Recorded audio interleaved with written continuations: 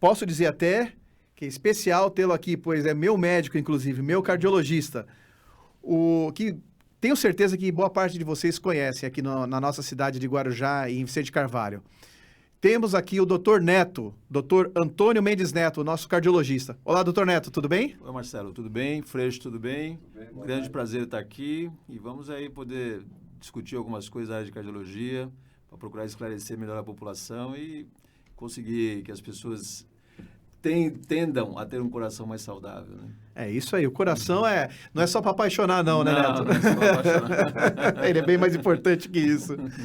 E, Neto, me fala um pouquinho sobre você, cara, porque assim, as pessoas conhecem o Dr. Neto, as pessoas conhecem o cardiologista aqui. Há quantos anos de Guarujá mesmo? Bom, eu sou filho de guarujaense, né? Aliás, Sim. eu sou neto de guarujaense, né? Meu avô nasceu aqui. E trabalhando no Guarujá desde outubro de 1983. Foi quando eu terminei a residência, vim para cá. Trabalhei muito tempo no Santa Amaro, UTI, pronto-socorro, enfermaria. Atualmente eu faço serviço público, tenho um consultório no Guarujá e tenho um consultório em Santos. As minhas atividades hoje são essas. Houve um tempo aí que eu fui professor universitário, mas atualmente cheguei aos 64 anos, eu começo a deixar de fazer algumas coisas também, né? 64 anos, Neto? Ô, louco, nem parece. Parece mais novo que eu, pô. Acho que eu vou ter que virar cardiologista, viu, Freixo? O negócio ajuda, viu? Ajuda, viu? Mas, e família? Como é que é? Conta pra nós, constituiu família aqui no Guarujá, então, teus filhos? Eu conheci a minha esposa na faculdade, né? Nós fizemos uma faculdade em Valença, no Rio de Janeiro. Ela fez odonto e eu fiz medicina. E a gente casou em 83.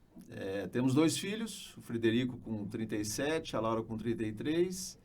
E tem a minha mãe, que ainda é viva, mora em Santos, a minha irmã que mora em Santos. Eu tenho meu tio aqui, o Chola, que é muito conhecido aqui no Guarujá. Opa, grande Chola, um abraço para ele. No Guarujá. Então, essa é a minha vida familiar. Eu tenho os 2 filhos, um morando em São Paulo e a outra morando em Natal. Você vê, os dois, um mais próximo, mas a outra um pouquinho longe, né? Mas sempre no nosso coração, né? Aliás, ouvi dizer que a que mora em Natal, espero que teu filho não esteja vendo isso aí, ouvi dizer que é o Xodozinho, né? Arrumando um pinga-fogo. E teus filhos fazem o quê, Neto? Então, meu filho trabalha com investimentos, né? Ele trabalha no Bank of America hoje em dia. E ela é oncologista, né? Oncologista, é médica oncologista, olha que legal, bacana. Trabalha na Liga de Oncologia lá do Rio Grande do Norte. Hoje ela dá aula na faculdade lá também. Ela tá, graças a Deus, também. O marido dela é anestesista. Então, ela se ambientou, né? Porque Natal também não é muito diferente do que a gente tem na Baixada Santista, né? Uma cidade praiana, um povo muito hospitaleiro, muito gostoso de lidar. E ela, graças a Deus, está feliz. Acho que é isso que importa para os pais, né? Que os filhos estejam felizes, né? Com certeza, é isso aí. Bom, Neto, vamos lá. Vamos começar a bater um papinho aqui, falar um pouquinho sobre, esclarecer um pouquinho para a nossa população, né? Sobre os principais temas que o cardiologista trabalha, né? Tudo bem, cardiologista, eu costumo dizer que é um super... Não é só cuida do coração, mas seria um super clínico, né? Porque tem uma noção muito boa, né? De tudo. E para começar, assim, vamos falar sobre pressão alta. Acho que pressão alta seria uma patologia, uma doença que acomete boa parte da nossa população, né? E quando é que eu devo começar a me preocupar com a pressão, Neto? O que é pressão alta e quando é que eu devo começar a me preocupar com a pressão? Essa é uma pergunta muito interessante. No Brasil, acima de 18 anos, nós temos aproximadamente 35% de hipertensos hoje em dia. Tá? Houve uma mudança recente em o que a gente considerava níveis normais, né? Até recentemente, a gente considerava níveis normais até 140/90, até 14/9. Hoje, esse limite está aí em torno de 13/8. Evidentemente que você tem que ver a faixa etária da pessoa, ver se pacientes mais idosos, a gente tende a deixar uma pressão um pouquinho mais elevada. Mas a gente deve começar a se preocupar com pressão quando você praticamente o tempo todo está com a pressão acima de 140/90, né? A gente recebe muito hoje em dia no consultório aquelas pessoas que falam, minha pressão oscila muito, né? Uma hora está baixa, uma hora está alta. O ser humano é um indivíduo dinâmico, né? E a pressão arterial, ao longo do dia, ela vai oscilar mesmo, desde que ela oscile dentro de padrões normais. Isso não é anormal, isso é uma coisa normal. E hoje a gente tem, infelizmente, nós estamos passando uma fase na humanidade muito difícil, né? O ser humano ele foi retirado da sua situação de conforto, né? Houve uma mudança drástica com a pandemia e tudo mais. Hoje a gente tem guerra e tudo mais. Então, tudo isso gera uma tensão muito grande e a pressão é caixa de ressonância. Se você estiver muito tenso, muito ansioso, muito preocupado, com o gerente do banco te ligando de vez em quando, Ixi, que a sua conta está ruim, a tendência é que a sua pressão oscile mesmo. Então, às vezes, o problema não é a pressão, e sim a tensão. Entendi. Então, a gente deve começar a se preocupar. Eu meço hoje, está 15/9. Eu meço amanhã, está 16/9. Eu meço outro dia, está 16/10. Então, todos os dias ela está elevada, eu tenho que começar a me preocupar, ver se eu preciso tomar remédio, ver se eu preciso fazer uma mudança no estilo de vida, que é uma coisa importantíssima, né? Muitas vezes a gente consegue controlar um hipertenso leve, às vezes até moderado, com mudança de estilo de vida. Começa a fazer uma atividade física, começa a perder um pouco de peso. E isso, hoje eu fiz um teste ergométrico de um colega médico, que evidentemente eu não vou citar o nome, mas ele emagreceu aí uns 10, 15 quilos. Ele estava hipertenso, não está mais hipertenso. Ele estava com esteatose, gordura no fígado, não está mais com gordura no fígado. Ele estava com diabetes, não está mais com diabetes. Ou seja, o que ele fez? Fez atividade física, perdeu peso, começou a melhorar todos os outros problemas. É que hoje em dia é difícil, às vezes, você encaixar isso na sua rotina, com todos os problemas que você tem. Mas é uma coisa eficiente e necessária. Entendi. Agora, você falou o seguinte, Neto, você falou a respeito do medir a pressão, né? Existe um horário melhor para medir a pressão durante o dia? Existe, por exemplo, uma posição para medir a pressão? Por exemplo, sentado, deitado, que seria a melhor posição? Como é que seria essa medida da pressão? Isso é um outro fator importante, né? A gente vê, às vezes, em porta de supermercado, as pessoas medindo a pressão da pessoa em pé e tudo mais. Então, primeira coisa, não existe um horário específico para você medir a pressão. O ser humano, ele obedece uma coisa chamada ciclo circadiano. Então, por volta de 6 horas da manhã, aquela suprarrenal acorda. O que é suprarrenal? Suprarrenal não sei. É uma glândulazinha que fica em cima do rim e ela é responsável pela formação de vários hormônios, entre eles os corticosteroides e a adrenalina e a noradrenalina. Então, quando você, por volta de 6 da manhã, luz solar, você está deitado e você precisa ficar em pé. Então, a suprarrenal acorda e começa a produzir substâncias suficientes para que você saia de uma posição e fique na outra. Isso gera algumas alterações no seu organismo que faz a sua pressão subir lentamente a partir desse horário e em situações normais, 10 horas da manhã você tem um pico, o nível mais elevado de pressão que você pode ter nas 24 horas.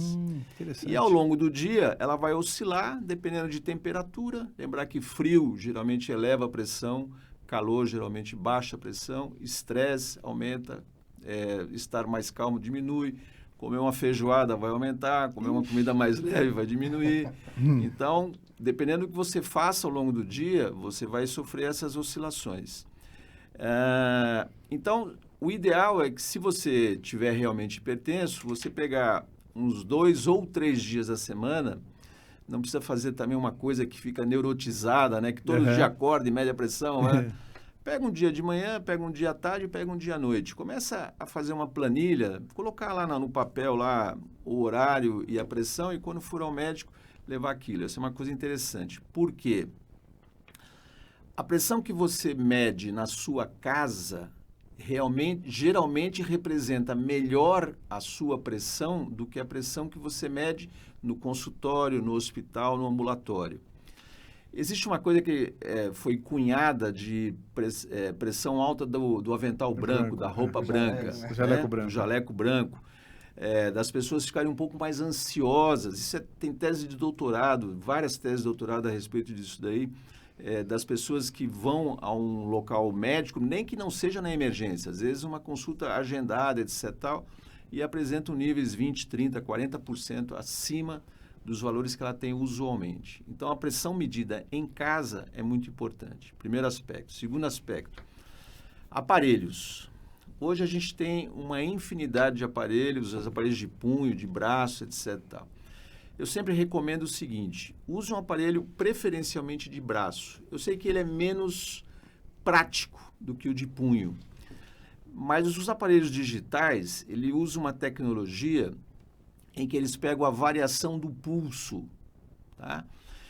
Quanto mais distante do coração você está, maior será a possibilidade dessa onda de pulso ela não representar a sua realidade, né? Então, os aparelhos de braço digitais são melhores. Algumas marcas, eu não vou fazer propaganda de marca nenhuma, mas algumas marcas são melhores do que outras. Então, vê se tem o selo da Anvisa lá, do Inmetro, né, principalmente, ver se é um aparelho que foi testado e aprovado para isso. Sempre medir sentado. Sentado. Olha aí, viu, Freixo? Sempre medir com as costas encostadas. Não sem curvado, muito tenso, nada disso. Preferencialmente com os 2 pés apoiados no chão.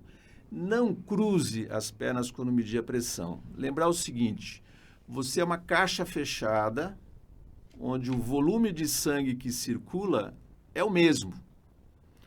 Nós circulamos aí cerca de 5 a 5,5 litros de sangue por minuto em repouso, né? E a gente não perde e nem ganha esses 5,5. Quer dizer, se você só perde se tiver uma hemorragia, só ganha se tiver uma transfusão. Sim. Então, qualquer coisa que você fizer que vai mexer no fluxo e cruzar as pernas, de certa forma, você está mexendo, você vai interferir com os níveis pressóricos. Mão espalmada. Não feche a mão, porque quando você fecha, você contrai o vaso e, com isso, a tendência é a pressão subir também. O braço levemente fletido, não estendido, levemente fletido. E o bíceps, procurar estar sempre na altura do coração, tá?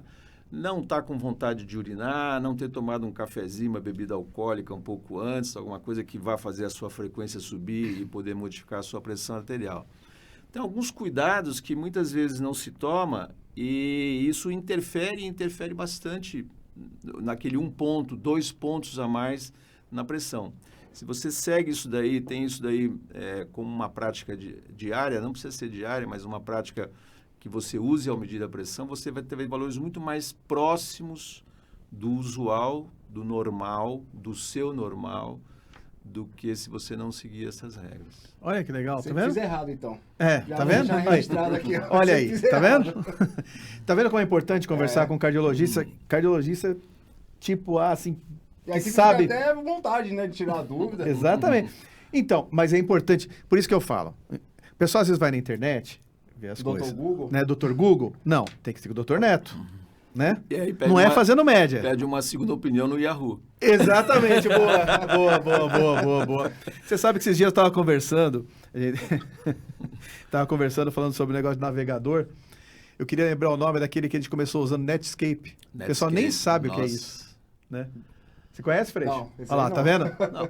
Fizeram uma pesquisa na Inglaterra, 35% dos jovens ingleses nunca ouviram falar em Beatles. Você imagina Netscape. Nossa, se ingleses não ouviram falar em Beatles. Dos jovens, dos adolescentes ingleses. Pois é. Veja só. E aí, Freixo? Ó, como é que nós estamos? O Diego Santos está participando aqui, dando boa noite. Rosimeire está falando ótimo médico.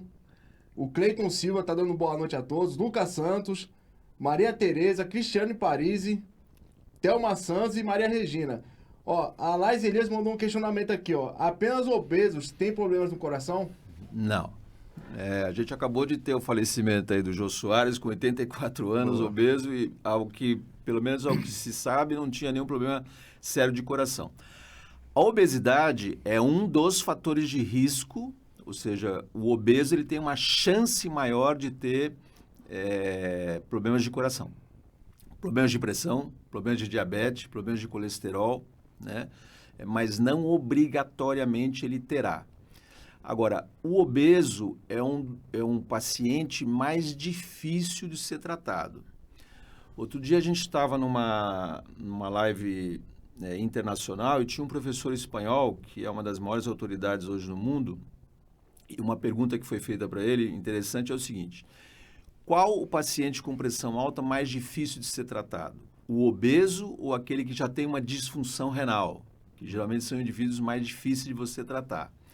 E ele falou, na opinião dele, na experiência dele, o obeso é mais difícil de ser tratado. tá? O obeso ele tem uma tendência a ter a pressão mínima mais elevada, porque o volume abdominal não permite um relaxamento adequado do diafragma, o coração fica meio espremido na caixa torácica, então a tendência é essa pressão ser um pouco mais elevada.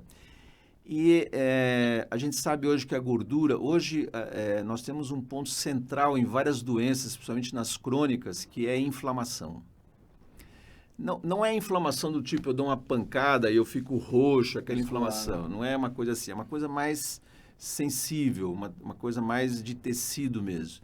E hoje ela está no centro das atenções no câncer, nas doenças do coração, no diabetes, no colesterol, etc. e tal. E o paciente, a pessoa muito obesa, ela produz muita inflamação. É um indivíduo inflamado o tempo todo. Então, isso torna muitos tratamentos mais difíceis, né? Eu sempre procuro brincar, umas horas a gente brinca, outras horas a gente é mais sério, dependendo do perfil das pessoas, que elas precisam perder peso, né? Além de tudo, problemas articulares, né? Lá na frente, seu joelho vai te cobrar conta, seu tornozelo vai te cobrar conta. Então, a coluna vai te cobrar conta. Você vai começar a ter problema de apneia, né? Porque vai roncar. Então, é uma série de fatores. Então, é um fator de risco importante, mas não todo obeso terá um problema de coração, né? Agora, Neto, deixa eu te perguntar uma coisa. Nós falamos até agora um pouquinho sobre pressão. O paciente a pessoa que tem pressão alta, ela tem sintomas sempre ou não? Então, essa é uma pergunta muito boa. Experiência pessoal.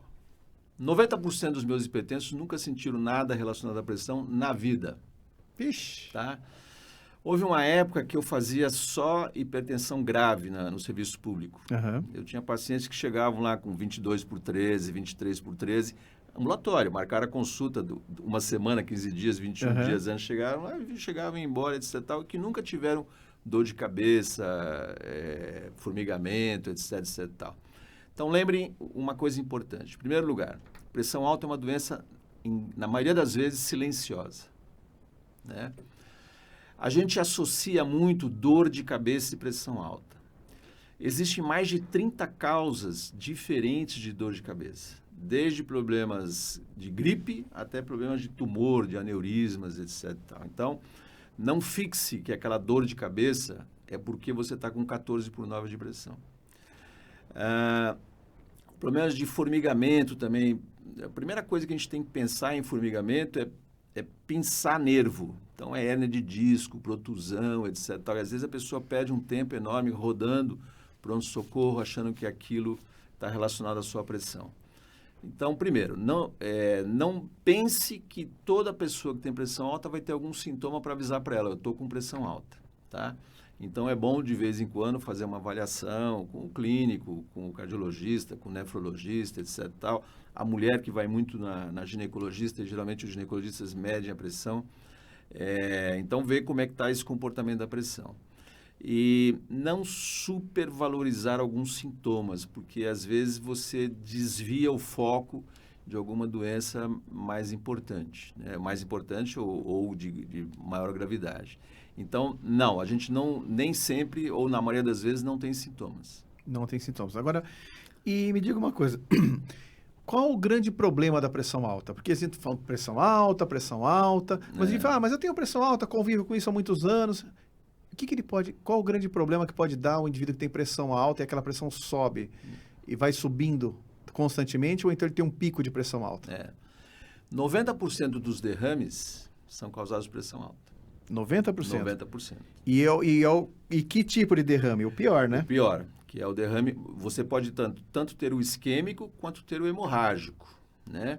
Mas preferencialmente o isquêmico, que é aquele que a sua artéria, ela vai engrossando, ela vai ficando menos flexível ao longo do tempo, vai formando gordura e vai interrompendo a passagem normal do sangue ali para o cérebro. Uhum. E lembrar o seguinte, o nosso cérebro, infelizmente, ele não se recupera de um problema a qual ele seja cometido.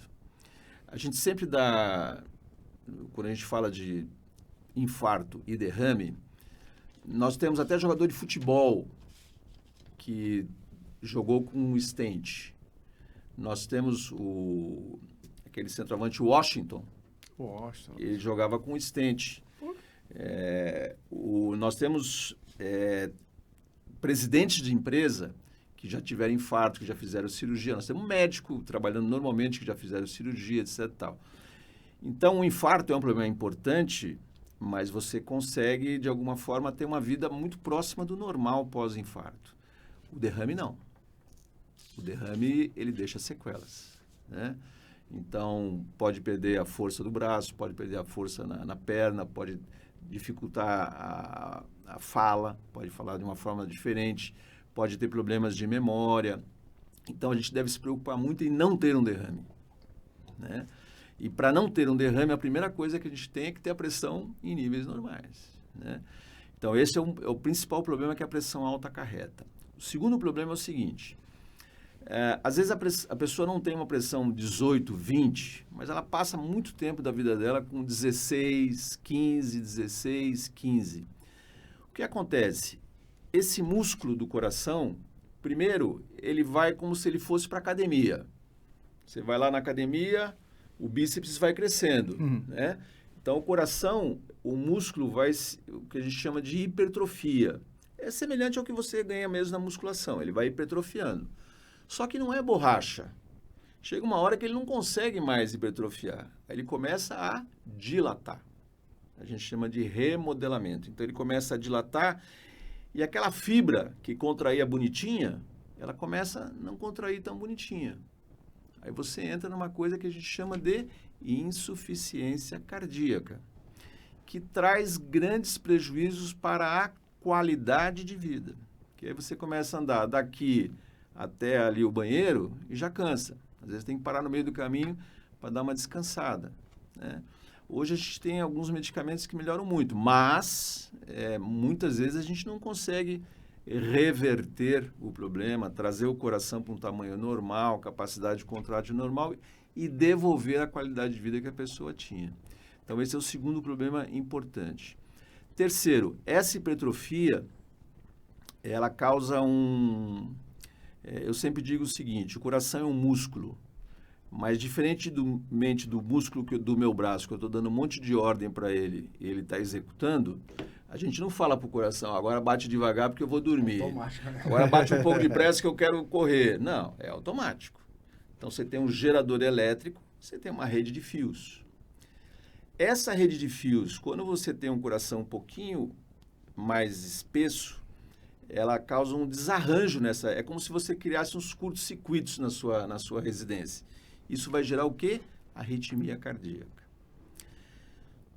Todo mundo que morre de repente, o pessoal fala, ele teve um infarto, ele morreu. De cada 4 pessoas que morrem de repente, 3 morrem por arritmia. Só 1 morre por infarto.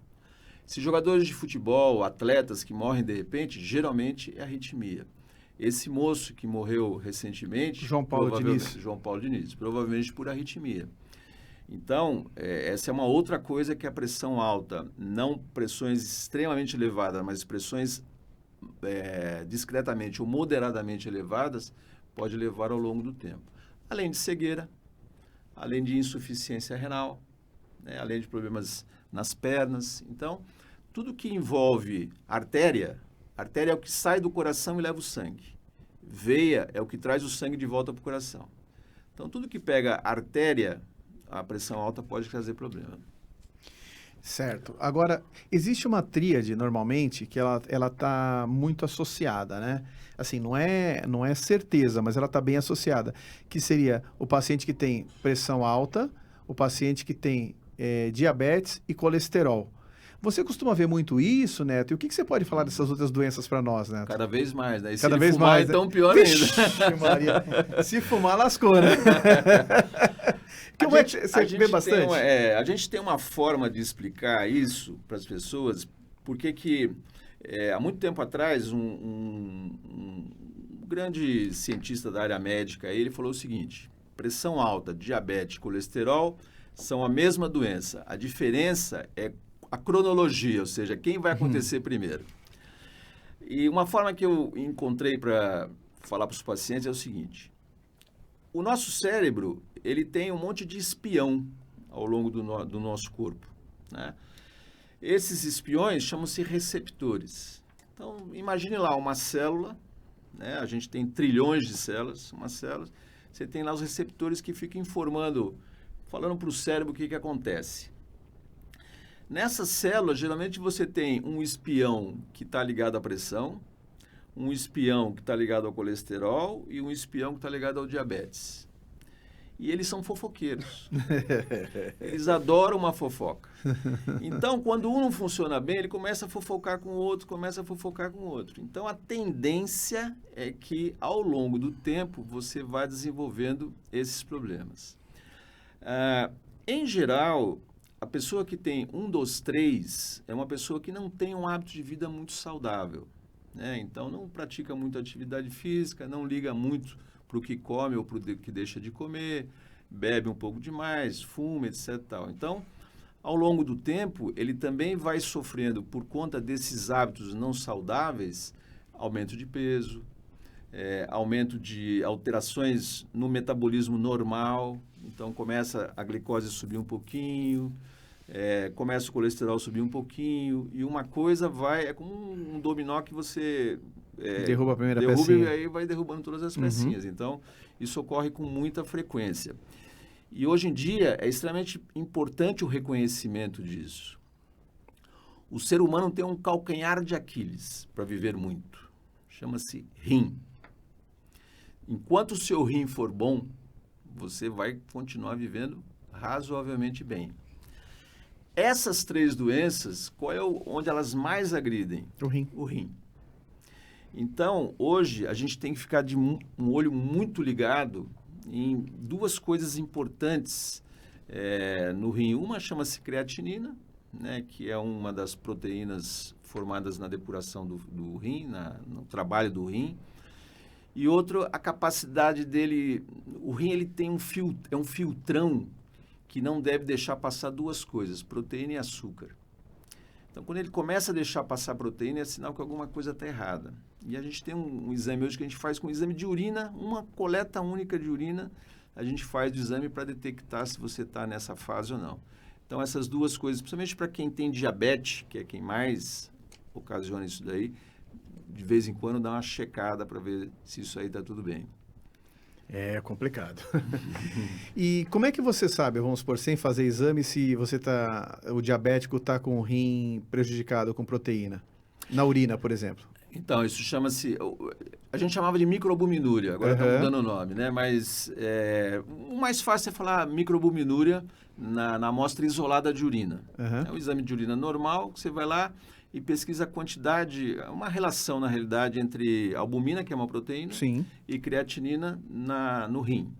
Se tiver até 30, é normal. De 30 a 300 já você entra numa classe que ele chama de A2, de dano renal, e acima de 300 a 3, que é um estágio mais avançado, em que você tem que tomar algumas medidas. Alguns medicamentos hoje têm uma importância muito grande nesses casos, em termos de você reverter isso daí, mas é uma coisa que você tem que ficar de olho hoje. No diabético, pelo menos uma vez por ano, você tem que fazer essa pesquisa aí para evitar que ele rapidamente evolua para outros estágios, até chegar em diálise e coisas desse tipo, né? É verdade. Tem que se cuidar, né, Neto? Não tem jeito, né? Agora, Neto, eu quero te falar uma coisa. Você falou agora há pouco de fibrilação, né? A fibrilação, ela, às vezes, é mais frequente do que a gente imagina. Tem paciente que tem sintoma, tem paciente que não tem sintoma, e ela pode chegar até a parada cardíaca, é isso, Neto? Então, a fibrilação atrial é uma doença que aumenta conforme a gente envelhece, né? Então, na minha faixa etária, entre 60 e 65 anos, ela está na faixa de 2% da população. Certo.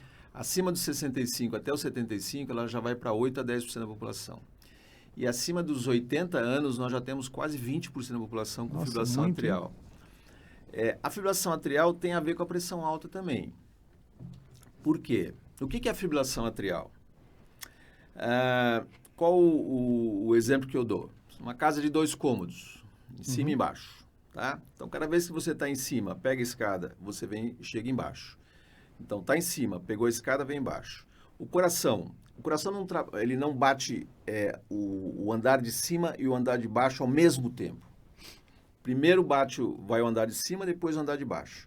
Então, cada vez que eu estou no andar de cima, eu pego a escada, venho para o andar de baixo. Pum, pum.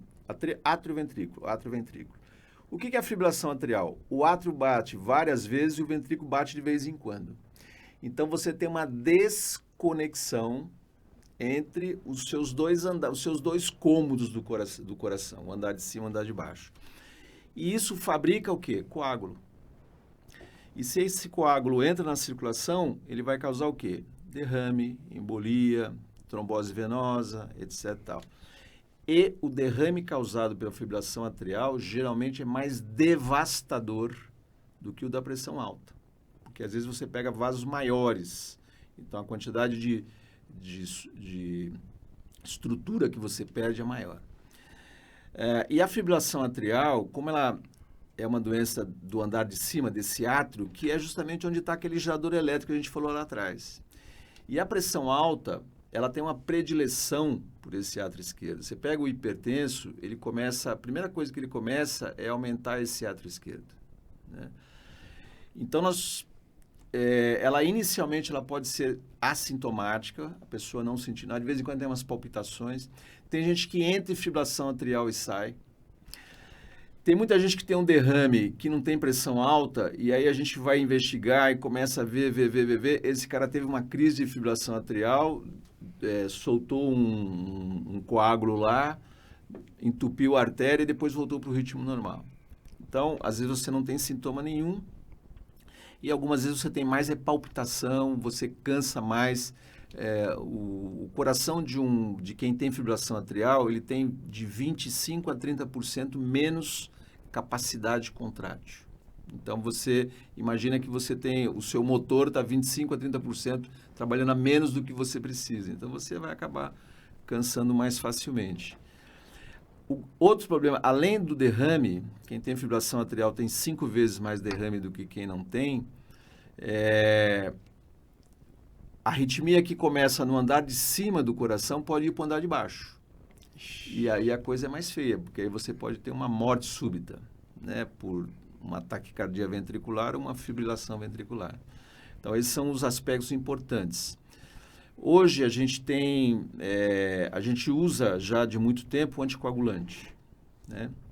E durante muito tempo, e a gente usa muito ainda, até por uma questão de ser um país que tem dificuldade de acesso a medicamento e tudo mais, a gente ainda usa bastante os antagonistas da vitamina K, o warfarina, né?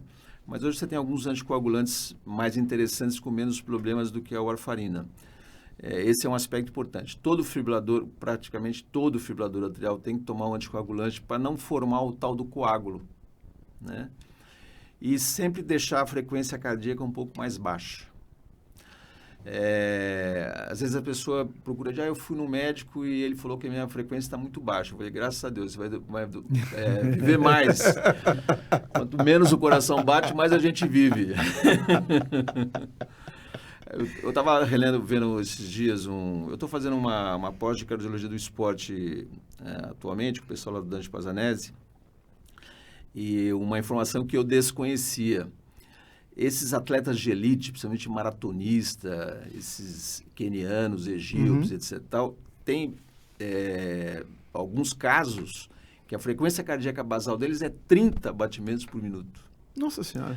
Você vê, o grau de condicionamento físico é tão elevado que ele não precisa de muitas contrações para manter o sangue circulando. E tanto é que eles só consideram em atletas de elite. Sim, sim. Nós estamos falando em maratonista, em fundista, etc. Tal. Só consideram para este grupo frequência baixa quando está abaixo de 30. Meu Deus. De 30 para cima já é considerado normal. Rapaz. Então você vê que a coisa é um pouco mais complexa do que a gente imagina. Do que a gente imagina, é verdade. Caramba, 30. Nunca imaginei que o ser Hoje humano a gente conseguir... considera 50. Sim, sim, sim. Hoje a gente considera 50 como o limite inferior da normalidade, para a população em geral. Na minha época de faculdade era 60, se não me engano. Então, isso é uma controvérsia que existe. Mas no Brasil, a gente considera 50 como o limite inferior da normalidade. Abaixo de 50 seria bradicardia. Sim, né? bradicardia, exatamente. Mas nesses casos de atletas de ultra elite, até 30. Que isso, Neto? Meu Deus do céu.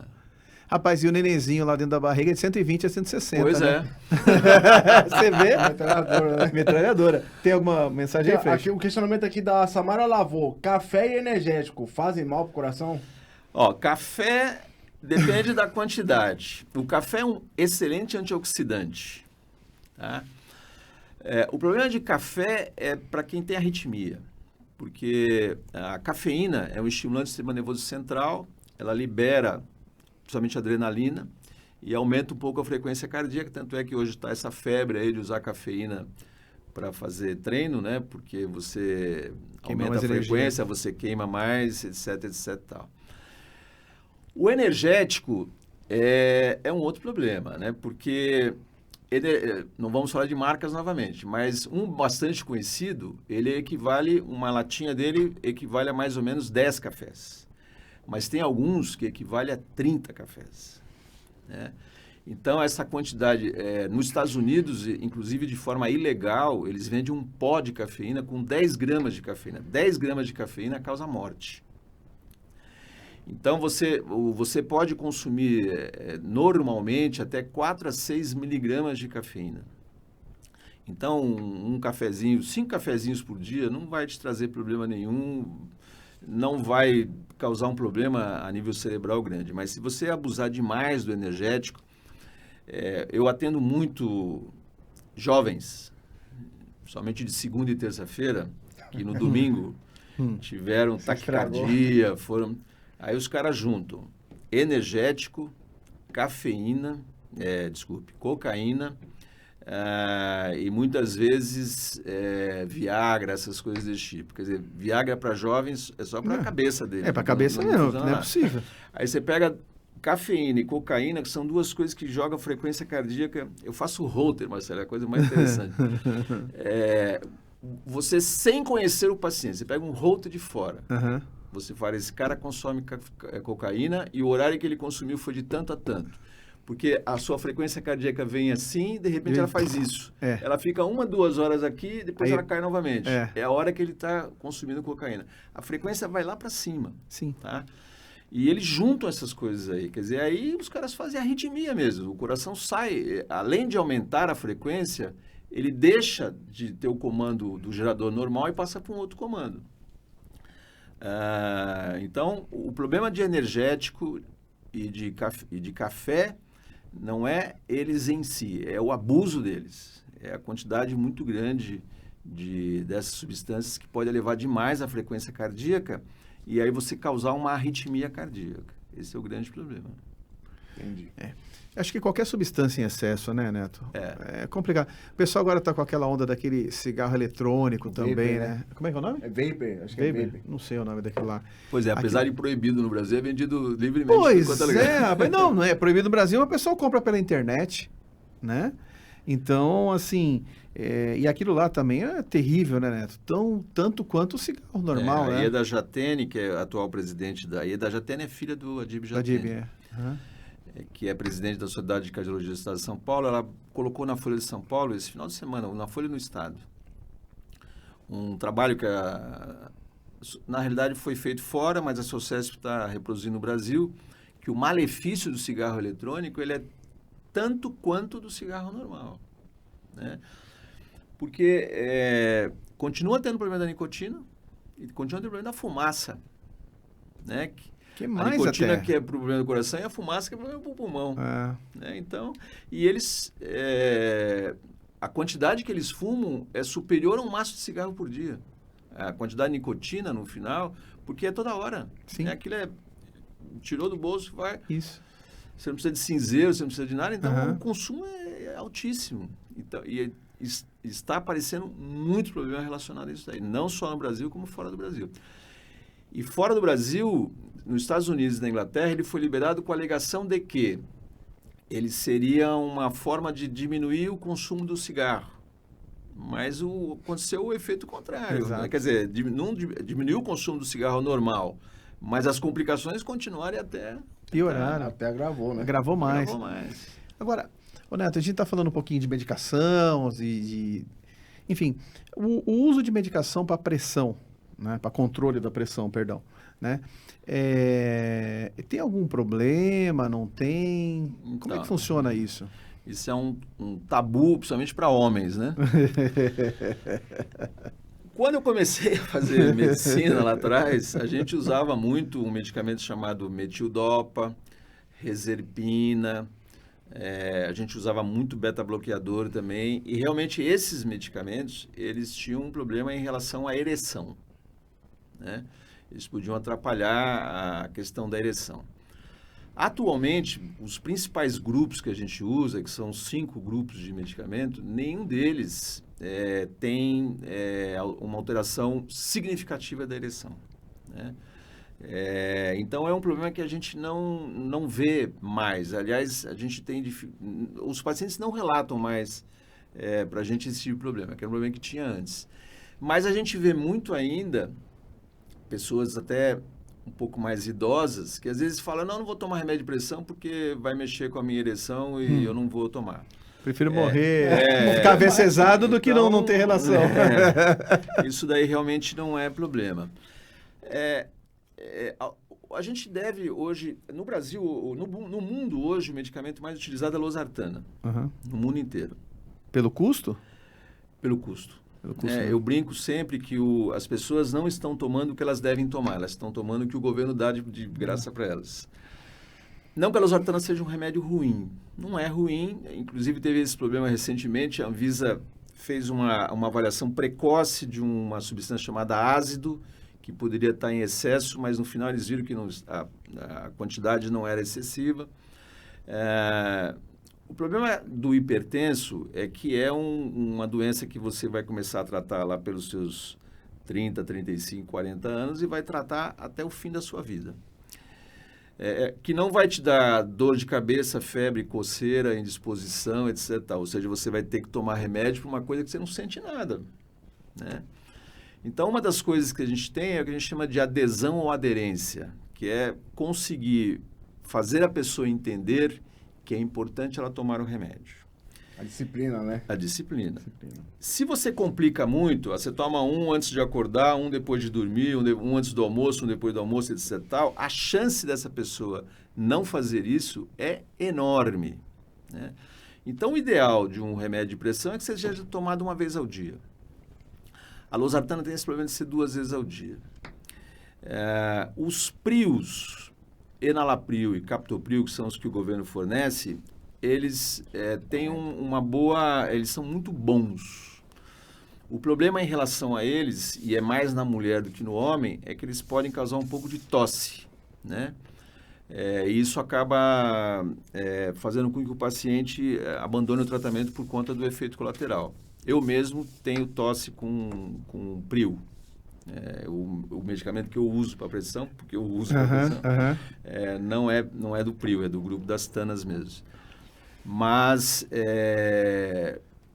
os medicamentos em geral que a gente utiliza hoje, eles são muito seguros, eles têm uma proteção extra, não é só pressão. A losartana e os Prios, por exemplo, eles protegem o rim, né? Então, aquele problema que a gente falou ali atrás, que o rim sofre muito, são medicamentos que, de certa forma, protegem o rim.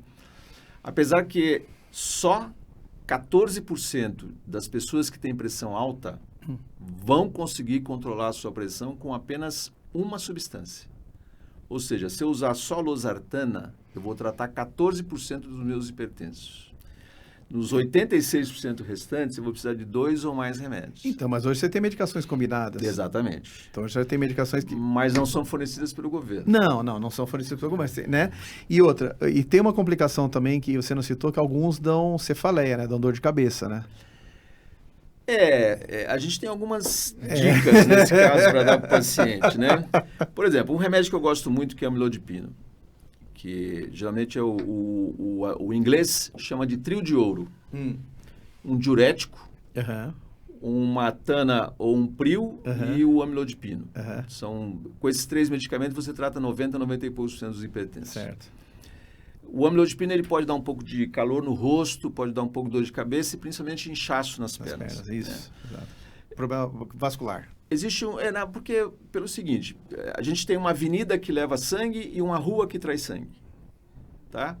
E o amlodipino, ele dilata, ele aumenta a avenida, mas ele tem pouca atuação na rua. Na rua, exato. Então, você está levando mais sangue, mas tem uma certa dificuldade de trazer ele de volta. Então a tendência, principalmente nos gordinhos, nas mulheres, nas gordinhas, etc., é inchar, aí vai no vascular, não, para que esse remédio é ruim. Ele não é ruim para a circulação, é que a circulação da pessoa é ruim. Então, tem um trabalho antigo do pessoal da Espanha, em que eles passaram a dar o amlodipino à noite. Então, você reduz a dor de cabeça, você reduz o flush, você reduz o inchaço, e melhora muito. E o amlodipino tem uma grande vantagem, ele tem 40 horas de ação. Então, o medicamento dá para você usar uma vez ao dia com tranquilidade, né? Mas, infelizmente, eu tenho algumas... É interessante, mais em mulher do que em homem. Que olha para o remédio e já tem um efeito colateral. E às vezes você fica numa saia justa, porque Sim. você fica com poucas opções de tratar, né? Mas a gente vai, com a experiência, né, a gente vai adquirindo algumas dicas. Por exemplo, se você tomar vasodilatador, Sustrate, Zordil, amlodipino, com um pouquinho de café, você já diminui a dor de cabeça. Porque o que acontece? Eles são vasodilatadores e o café é vasoconstrictor. Sim. Então, a nível cerebral, eles se equivalem. Mas dura acertar a dose, né? Dura acertar a dose. Mas café. Vai testando, vai conseguindo. Ô, Neto, deixa eu te perguntar uma coisa. Mas tudo bem, até agora nós falamos de medicação, etc e tal. Mas eu acho que um ponto importante que nós podemos conversar aqui é o seguinte. A pessoa, o hipertenso, o diabético, quem tem dislipidemia, que é questão do colesterol, etc., né? Além da medicação, também tem coisas importantes para fazer, né? E quais são essas outras medidas alternativas que a pessoa é obrigada a fazer também, além da medicação? Porque, vamos supor, eu como seu paciente, né? Eu sento lá, você vai me passar uma medicação, você vai prescrever, etc. Olha que tá aqui. Mas, além disso, eu tenho que fazer mais o quê? Duas coisas básicas, né? Vamos lá. Que ninguém gosta de ouvir. Todo mundo acha que vai tomar um remedinho e fica bom, né, Freixo? Isso aí. Primeiro, a alimentação. Isso. E o que é essa alimentação em geral? Eu sempre digo, quanto mais colorido tiver seu prato, melhor. Se ele tiver colorido, significa que você tem ali uma verdura, você tem um legume, você tem um cereal, alguma coisa. Muito monótono, só a cor da carne, só a cor da linguiça, só a cor do frango, o da fritura, nem sempre é uma coisa interessante. Então, quantidade generosa de verduras, legumes e frutas. Diabético, até 4 frutas por dia, ele não vai ter problema em relação à glicemia. Acima disso daí, ele pode ter algum problema, mas até isso daí, dificilmente ele terá algum problema em relação à glicemia. Muita verdura e legumes. No Brasil, a gente tem o arroz e feijão, que são fontes excelentes de proteína, e ao contrário do que se difundiu durante muitos anos, eles não são tão engordativos quanto se falava. E você sempre vai ter que ter uma proteína, né? Mas em quantidades menores, porque a proteína, nós somos um carro flex. A gente trabalha com 2 combustíveis, açúcar e gordura. A gente só vai utilizar proteína numa circunstância muito, fora do normal, né? Então, se você consumir muita proteína, você não vai ter onde estocar essa proteína. E a tendência é que isso aí vire ações engordativas, tá? Sal, redução. Os substitutos de sal não mostraram nenhum benefício significativo. Alguns que são muito ricos em potássio pode trazer alguns problemas de coração. Então, é melhor fazer uma redução realmente de sal. Ter uma certa criatividade, utilizando o limão, azeite, coisas para temperar que vão trazer sabor para a comida e não vão trazer os problemas que o sal ocasiona. Evitar frituras, evitar comida industrializada. Eles usam muitas coisas em tudo que é latinha e tudo que é caixinha, para evitar que aquele alimento se contamine. Muito sal, né? Muito sódio, muito sal, né? porque eles não deixam a bactéria crescer, né? Eles desidratam a bactéria para conservar. Então, isso daí é um problema. Dá preferência a alimentos frescos, né?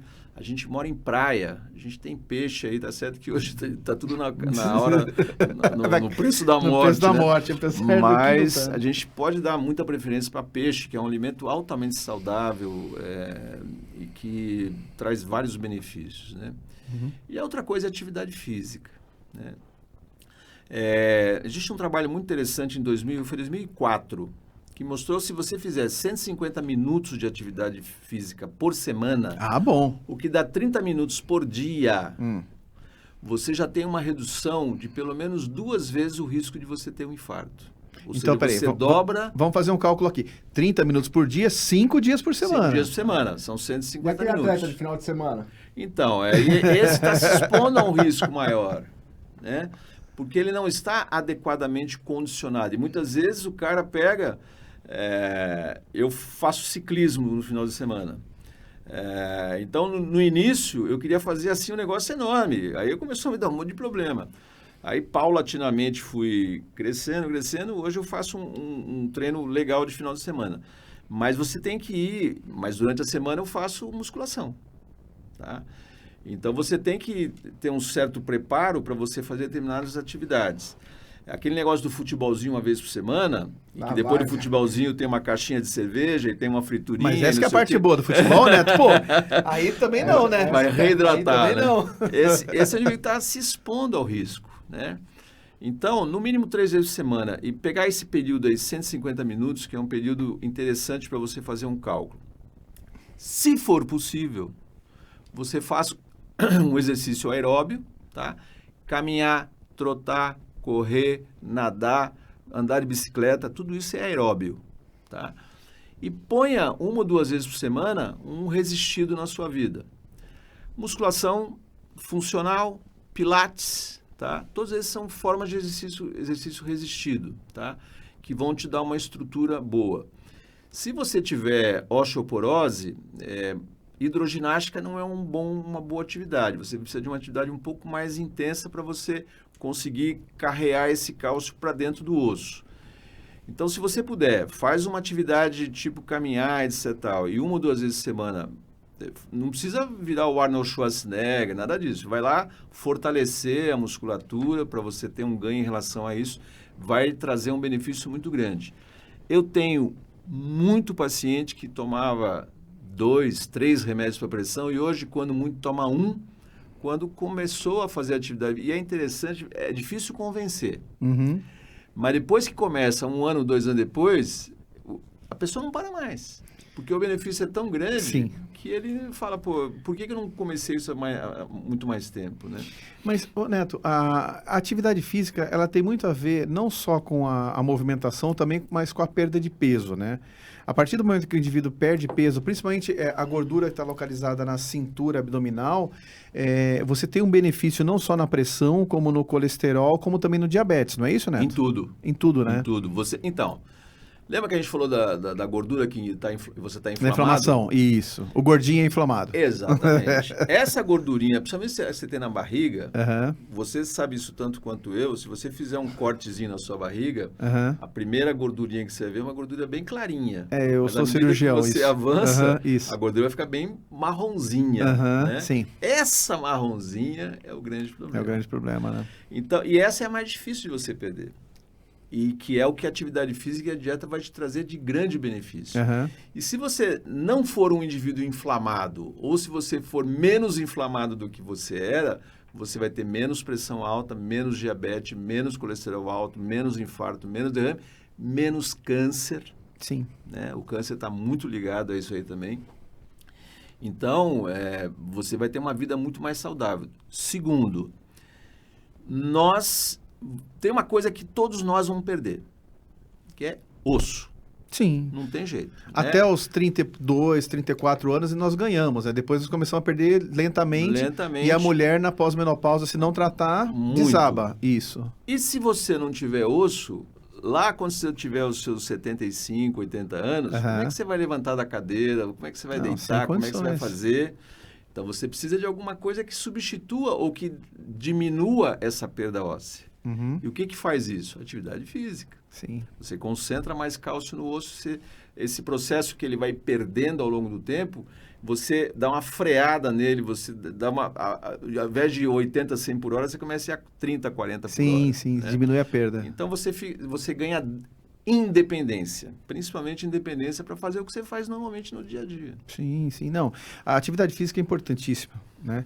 É que assim, a gente não curte muito não, né, Freixo? Mas eu tô sendo sincero, né? Mas assim, eu sei da importância, né? E aliás, quando a gente fala é engraçado, né? Ele fica olhando com uma cara, né? Mas eu preciso voltar assim. Ô Neto, e assim, nosso tempo, assim, é sensacional conversar, porque sabe bastante, falta tempo sempre. Mas eu quero te fazer mais uma pergunta, aqui em relação também à pressão. O que você pode fazer para prevenir pressão alta? Ter uma vida saudável. Uhum. Até muito pouco tempo atrás, a gente achava que a gente não poderia mudar o nosso testamento genético, né? Eu nasço com uma cor de olhos, com uma cor de cabelo, eu pareço com meu pai, eu pareço com a minha mãe, tenho uma tendência a ter isso ou ter aquilo, etc. Tal. Em 2015, a Universidade de Harvard publicou numa revista famosa chamada New England, um estudo mostrando o seguinte: dependendo do estilo de vida que você tem, você consegue mudar em até 50% o seu testamento genético. Ou seja, você tem uma propensão a ter pressão alta genética, porque seu pai teve, seu avô teve, seu tio teve, sua mãe tem, etc. Então, você tem uma chance muito grande de ter hipertensão, mesmo se tiver uma vida saudável. Tá? Mas até isso, com vida saudável, você consegue mudar. Ou seja, aquela coisa que a genética, obrigatoriamente, você vai desenvolver aquela doença, porque na sua família todo mundo tem, você vai ter. Isso é meia verdade atualmente. Dá para você mudar esse espectro, dá para você mudar esse testamento. Mas é preciso que você tenha uma vida saudável. Vida saudável é uma dieta saudável e atividade física. Certo. E consultas de rotina. Assim, prevenção. Aquelas pessoas que chegam no médico e falam, como vai tudo bem? Se eu estivesse bem, não estaria aqui. Dureza, né? É duro a gente ouvir isso aí, é duro a gente ouvir aqui. Porra, nem fala, né? Porque, meu amigo, você vem aqui para evitar de ficar... O Exatamente. bombeiro não gosta de apagar incêndio, Não. ele gosta de evitar incêndio. É lógico. Só para dar uma informação aqui rapidinho, falando em incêndio, em bombeiro, tá tendo incêndio lá no Cantagalo. Daqui a pouco a gente vai meu Deus do atualizar informações lá na Bom, tomara página. que não tenha vítima, né? Esperamos isso. Tem perguntas aí, Freixo? Tem um questionamento da Érica Almeida sobre fazer o exame em casa, se tem algum lado de preferência para fazer, lado esquerdo ou direito. Então, isso daí... Antigamente, a gente falava sempre de medir do lado esquerdo, tá? Mas a gente viu que não tem muita diferença entre os dois lados, não. Algumas pessoas têm algum estreitamento em alguma artéria do braço. Então, mede nas duas com um intervalo muito pequeno, porque se você pegar um intervalo maior que 5 minutos, já vai dar diferença. Tanto no mesmo braço vai dar diferença. Então, um intervalo pequeno mede nas duas. Se a diferença for maior que 1,5 ponto, ou seja, numa deu 15, na outra deu 13,5, então é bom ver se não tem alguma obstrução no vaso. E se isso não tiver obstrução, for um problema mesmo do seu organismo, sempre medir no braço onde ela é mais alta. Tá vendo? Sempre onde ela é mais alta. O que valoriza é mais alto. Valoriza é mais alta. Sempre. Tá vendo, Freixo? Um outro questionamento aqui da Elisete. Ela falou que fez um raio-x do tórax com laudo e deu um alargamento na aorta leve. É perigoso? Quantos anos ela tem? Porque veja bem, conforme é a gente vai... hoje em dia, eu brinco, aliás, eu vou dar uma aula daqui a pouquinho e a gente vai falar sobre isso. A gente está tratando muita imagem... muita imagem, muito número. Né? E como a tendência é as pessoas viverem cada vez mais, a gente tem que aprender o que é normal e o que não é normal no envelhecimento. Né? Então, muita imagem que aquilo não tem como não ter aquela imagem, porque faz parte daquela faixa etária daquele paciente. Então, alterações na aorta, dependendo da idade do paciente, mas no raio-x, elas podem ser normais para aquela faixa etária. Então, depende de uma avaliação mais global, né? Sim. Olha, o Roberto Nike tá falando que isso é mais que uma aula que o senhor tá dando aqui. Ah, obrigado. Olha aí, no né? programa. Que mais, Esse aí. Fred? Temos mais o quê? Não, tem o Nemias também tá participando aqui. O Dolister Pontes tá dando parabéns pelo programa. Dolister. Lais Elias, Fátima Santos, Dete Pereira, Magda Cardoso, Kátia Parisi. Bastante Olha aí. gente acompanhando aqui. Olha aí, Neto, que Não, realmente é uma... Eu falei, pô, o Neto... Eu sou suspeito pra É falar. referência, Neto, né? quantos anos a gente se conhece, Neto? Ah, Tira meu pai, esquece a história do meu pai. Então, eu acho que uns 30, né? Uns 30 e 30, poucos, né? Por aí, né? O Neto foi médico do meu pai, depois, agora é meu médico há muitos anos já também. Também faz um tempo que eu não vou. Né? Você... O Neto Paciente foi um padrão, monte. aquele que não vem nunca. Pois é. Não, foi engraçado. O Neto chegou pra mim e falou assim, faz tempo que você não aparece, né? Quando eu vinha com ele pra cá, né? Ele falou assim, Eu falei, Neto, mas eu não tenho problema mais de pressão. Ele falou, não? Eu falei, não, faz tempo que eu não meço. Não, tô brincando, tá errado isso aí, pelo amor de Deus. Enfim, mas que mais? Tem mais algum recado aí, Freixo? Teve um questionamento aqui da Fátima Santos, energético com uísque. Nossa Também Senhora. Mas só Mas repassando essa aqui. Pois veja bem, tudo depende da dose. Eu digo o seguinte, tem duas coisas na vida que é tolerância zero. Uma é cigarro e outra é droga. Todo o resto é uma questão de bom senso. O problema é o que é bom senso para cada pessoa. Exatamente. Né? Então, se você, tudo que você fizer... Eu lembro que o professor Geraldo Medeiros, que foi uma das maiores autoridades no país em obesidade, ele sempre dizia o seguinte, a melhor dieta que tem é você comer 50% do que você usualmente come. Você não deixa de comer nada, você só come metade do que você come. Se você comer metade do que você come, você vai emagrecer. Né? Então, tudo é uma questão de bom senso, né? De você tomar uma dose de uísque com um pouquinho de energético não vai trazer. Agora, o problema é você vai esvaziando uma garrafa de uísque com umas latinhas de energético. Você pega na balada uma garrafa inteira e uma latinha de energético só lascou, né?